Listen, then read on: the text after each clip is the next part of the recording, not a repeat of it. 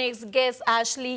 He is a published author, life coach, innovative entrepreneur, and he's the creator of the Conquer Mindset, Conquer the Monster. What a title. So today we have the pleasure to have him with us in our studios. Let's welcome to the show, Rob Roberts. How are you? Hi, thank you. I'm doing great. So happy to be here. So excited to have you with us today because good to we see you want to know again. everything about this book. You know that you've been helping so many people to develop it, leadership skills and much, much more through your life coaching. But how do you come up with this idea and what this book means to you? Thank you. Well, thank you again, too. I'm so happy to be here.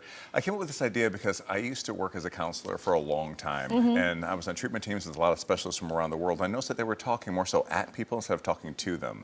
It was more of that whole, I see you, I hear you, kind of talking down to people. So I always say, we'll never lose our eyesight by looking at things from a bright perspective, but we'll always lose our focus when we stare into the fog. And I see a lot of people who are just kind of looking for that lighthouse, looking for that bright city on top of the hill, that guidance. I decided to put all that into a book that is very short and sweet, 69 pages, and you kind of cut through the fluff and kind of get down to the meat and potatoes. As you notice, there's 10 men and 10 women from different parts of the world. I saw the cover right here. We're all facing the same monster, but it just comes at us in a different way. Stress, fear, anxiety, jealousy, anger, and I just want to help people. I love it. I love it. And part of the title is Conquer the Monster. So my question for you is, what was your monster that led you to write this book? Yes. Well, I noticed for me, I would go to exercise as a stress release. I didn't do drinking or smoking, but I would go to exercise. So if I got upset by something that I couldn't control, or if I didn't like something, I would go and I would exercise. I love Come to find that. out that that's actually not safe. There's a difference between coping and conquering. Really? I coach a lot of bodybuilders and a lot of professional athletes, and I noticed that they get injured when their frame of mind isn't correct. But I used to use the same kind of dynamic. Sometimes when I feel like that, I just go to the gym and work on it. I feel better. But I understand that maybe if you do it in a different point of view can be. I know. Can be better. I feel like on the list of coping mechanisms that working out, getting some exercise in is probably not the worst thing, but that's interesting because that was your monster. Exactly. So I noticed that almost like sweeping something under the rug. If you do it long enough, you're going to trip over the lump. And I noticed that a lot of the bodybuilders and professional athletes and models, they were still dealing with that monster later on. It worked temporarily. So now I decided to make a permanent fix instead of going ahead and having that temporary fix. Right. How about if I have two monsters? Did I put them in a leash? Yes, yeah, and most people are. Yes. Yeah, most people are struggling with 3 or 4 or 5 monsters, whether it be See, I'm not jealousy, that crazy. anger, fear, childhood trauma. And the more that we ignore these things, the more it'll come back like a wolf and hunt us down and get us when we're most tired. It's usually when we're vulnerable, when we're hungry, when we're tired, when we're sleepy. We have that emotional trigger that pops up out of nowhere. Goodness.